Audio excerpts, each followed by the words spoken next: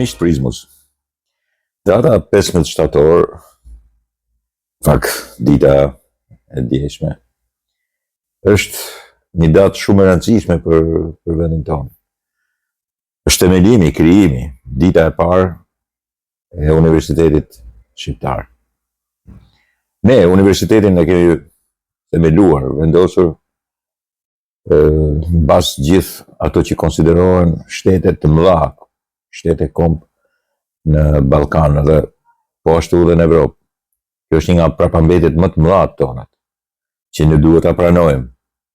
Por ajo që sot duhet të them është mos respekti që kemi për këtë lloj dite. Dhe pa futur shumë në politikë, prap ajo nuk të ndahet. Politika është shumë e shëmtuar. Me që ky Universitet i Tiranës është formuar nga sigurisht diktatura, sigurisht nga klika e asaj kohe, sigurisht e ndikuar nga sovjetikët, nga Enver Hoxha dhe byroja politike e asaj kohe, ata kanë marrë vendim. Ne sot e konsiderojmë këtë element mos respektues edhe në vendimmarrjen tonë mos përkujtues të këtij universiteti, ku në fakt është një ditë jashtëzakonisht e madhe. Një vend si joni, i vogël, në atë kohë kishte disa institute, i kishin krijuar, trashëgoi mbas vitit 1945 mungesë plot të arsimit lart. Kishte vetëm 2-3 shkolla të mëdha.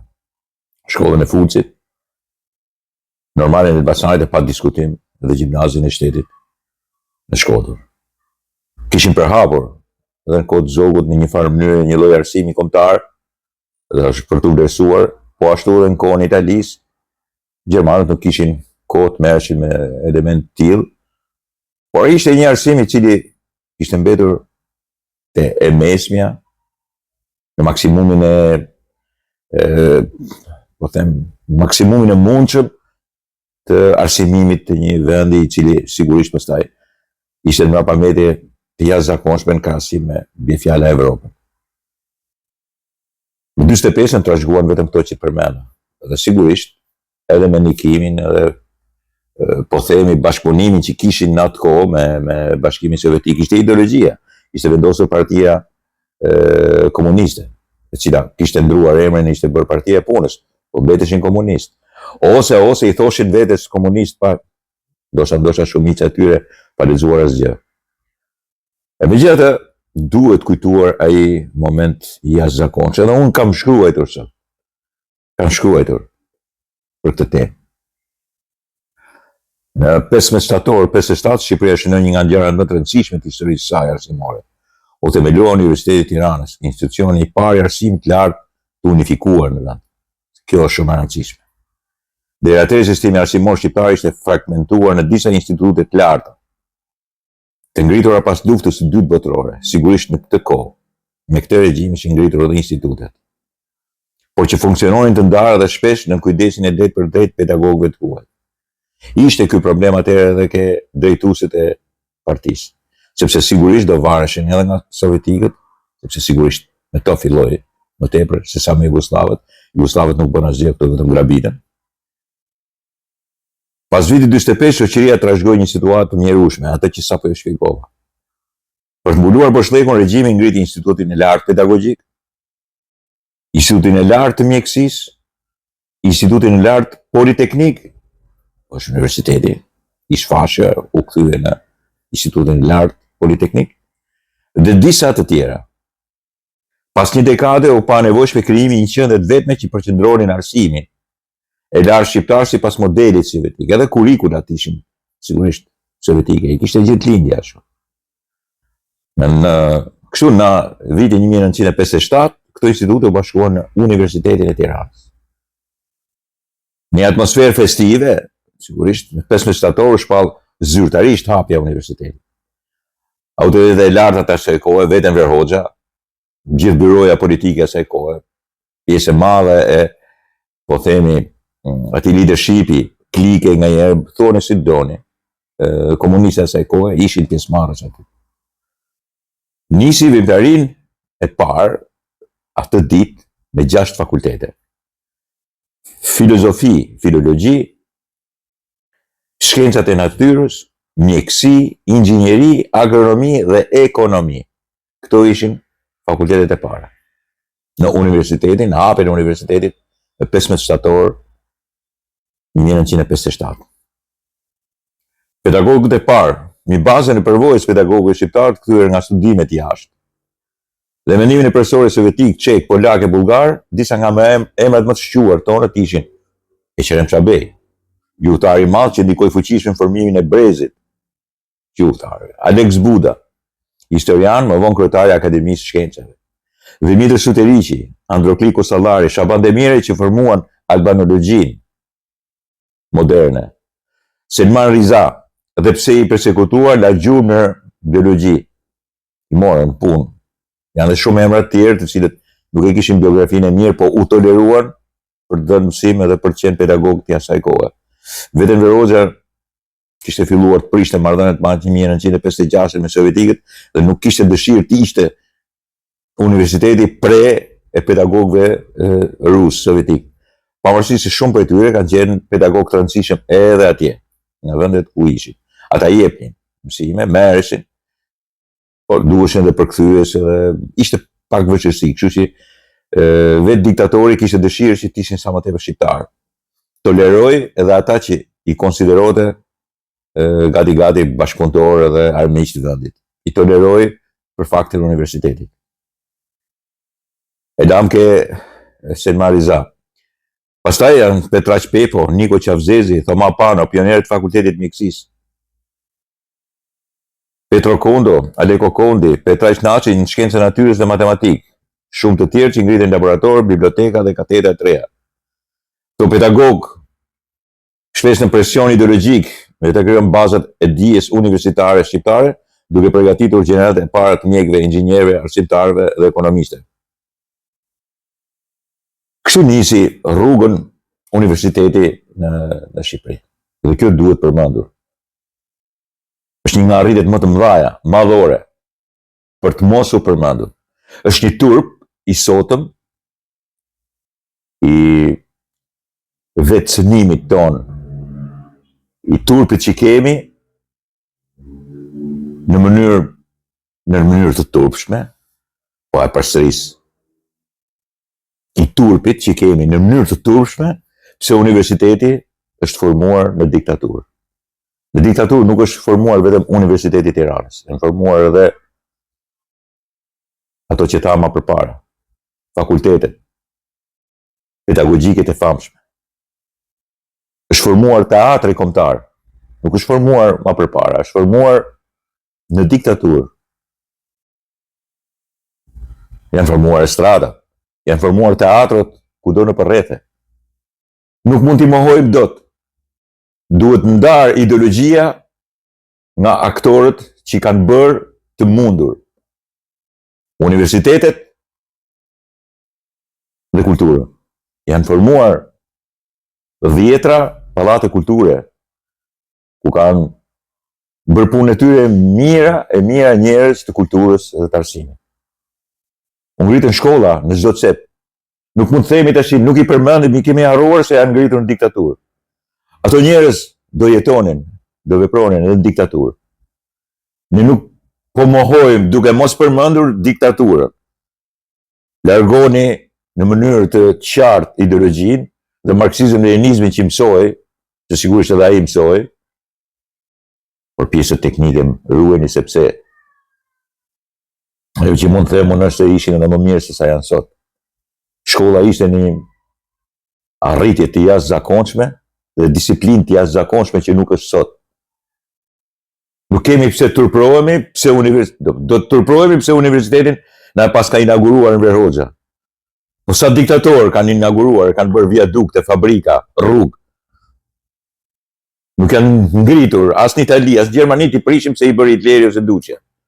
Si këtu ke ne, sepse nuk i bëri Hitleri dhe Duçi, i ka bërë shoqëria shqiptare. Si aty shoqëria italiane dhe shoqëria është bërë në kohë regjimi, por nuk mund të kesh turp. Pse janë prodhuar filma, nuk mund të kesh turp, pse janë ngritur, nuk e di, fabrika. E sidomos nuk mund të kesh turp se është themeluar universiteti, pedagogjike, gjimnazet, institutet e ndryshme, institucionet e ndryshme të kulturës, teatrët, estrada, cirku. Si ka mundësi të kemi turp për gjërat që kemi bërë vetë? Këto vetëm një popull retro, kulturor, inatshor, me demek antikomunist mund t'i bëj. Këto janë turpet jashtëzakonshme. E ç'lidhje ka Enver Hoxha me këtë punë? Ai është diktatori, ka vrarë popullin e vet, ka lënë pa ngrënë. Ai do mbetet i dënuar për gjithë jetën, por ato i ka bërë populli shqiptar. E ç'lidhje ka? Ne kemi dhënë gjakun dhe djersën për të ndërtuar hekurudhat, këta kujtojnë se i kanë ndërtuar Enveri. Kjo është një marrëzie jashtëzakonshme, kanë turp. Pse kemi ndërtuar hekurudhat? Ose pse kemi bërë brezaret, ose pse kemi mbushur, nuk e di, me limona, portokalle, jugun e Shqipërisë. Është një turp i jashtëzakonshëm. Turpi i jashtëzakonshëm prishësh hekurudhat, se ne pas ka bërë diktatura. Cila diktatura? Ato i kemi bërë ne. Duke mos na paguar dhe haku i punës. Ky lloj antikomunizmi, idiotësh, reflektarësh, delirantësh, sigurisht, të frymëzuar nga Akademia e Vigjidolit, po dhe nga tjerë ignorantë, cilët sigurisht e dinin veten antikomunist duke qenë njësoj si komunistat, duke mohuar, shkatruar gjithçka.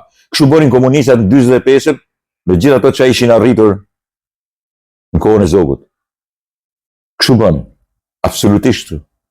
Nuk njihnin asnjë element të gjimnazeve, të shkollimit, të arsimit kombëtar që është bërë në monarki. Jo, nuk e njihnin. Megjithatë, në atë kohë ishin bërë përpjekje. Ishin kthyer njerëz për të dhënë psim. Po kështu edhe në momentin e sotëm. Këta, mas 90-s, dhe sidomos tash mas 2025-s, nuk përkujtojnë sepse mjafton të ketë prerë shiritin Enver Hoxha dhe ai institucion duhet të jetë absolutisht i papërfillshëm e i pakujtueshëm. Është një turp. Është një majmunat, unë kështu i them. Është një, si t'ju them tash, Monkey Planet, që nuk ka turp të turpërohet. Është një nga ato marrëzit jashtëzakonshme retrokulturore të një populli dhe një shoqërie e cila nuk ka vënë mend. Përsërit po gabimet e saj, në mënyrë tragjike, në mënyrë të pashpjegueshme, ku ignoranti me të vërtet ka cilësinë e drejtimit, e udhëheqjes. Ka kualitetin e marrjes zvarr të turmave. Ku deliranti shfrytëzon edhe këtë ignorantin dhe përbën pastaj parti politike dhe filozofi politike në këtë vend. Përbën shembull të një politike dhe mendimi special politik, ku njerëzit hanë dhamë me njëri tjetrin, në pjesën e ideologjisë së shëmtuar dhe të mësuar, në atë kohë duke e praktikuar në këtë kohë. Kështu kanë vepruar atëherë, dhe kështu veprojnë si majmunat, si imitim i shëmtuar edhe në 2025. Gjithsesi, Universiteti i Tiranës, universitetet, shkolla e lartë, arsimi i lartë në Shqipëri, ka pasur institucionin e parë unik në vitin 1957. Edhe ky është një nga veprimet më fantastike që është bërë në atë kohë, pavarësisht ideologjisë, diktaturës që ishim dhe diktatorit që preu shiritin.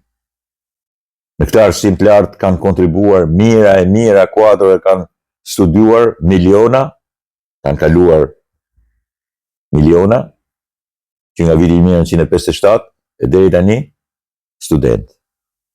Janë përhapur kudo në botë, kanë punuar nëpër Shqipëri, janë persekutuar, por edhe janë paguar, kanë dalë, kanë hyrë në ato aula me zemrën që u gofonte për të dalë dikur një i ri i kulturuar, i kanë baruar dhe i kanë shpërndar kudo nëpër Shqipëri. Mos i mohoni këto gjëra se është një turp i madh, turp i jashtëzakonshëm. Ato duhen kujtuar gjithmonë. duhen kujtuar me nostalgjinë më të madhe. Ato pedagog, ata student që u kthyen, edhe ata pastaj në pedagog dhe ata që punuan kudo në Shqipëri, që dhanë kontributin e tyre për të ndërtuar një shoqëri pavarësisht se në ishte diktaturë apo ishte demokraci. Mos ju binin qafe, sidomos ju që i keni mbaruar të universitet. Ktheuni dhe kujtojeni me nderim atë ditë të formimit të universitetit unik, me kurrikula bashkuara, me gjitha fakultetet, ato 6 fakultete që sapo përmenda, dhe me pedagogët shqiptar përveç se atyre të huajve. Ai universitet arriti që të kishte pedagog shqiptar dhe pedagog të jashtëzakonshëm shqiptar. Ashtu siç arriti të kishte edhe të prodhonte student të shkëlqyer shqiptar. Nder universiteteve shqiptare, nder kësaj dite, dhe sigurisht që duhet menduar mirë, reflektuar mirë për ta bërë universitetin një mrekulli të sotme, megjithëse pak besoj në këtë gjë, por që ka edhe kujtesën e të djeshmes.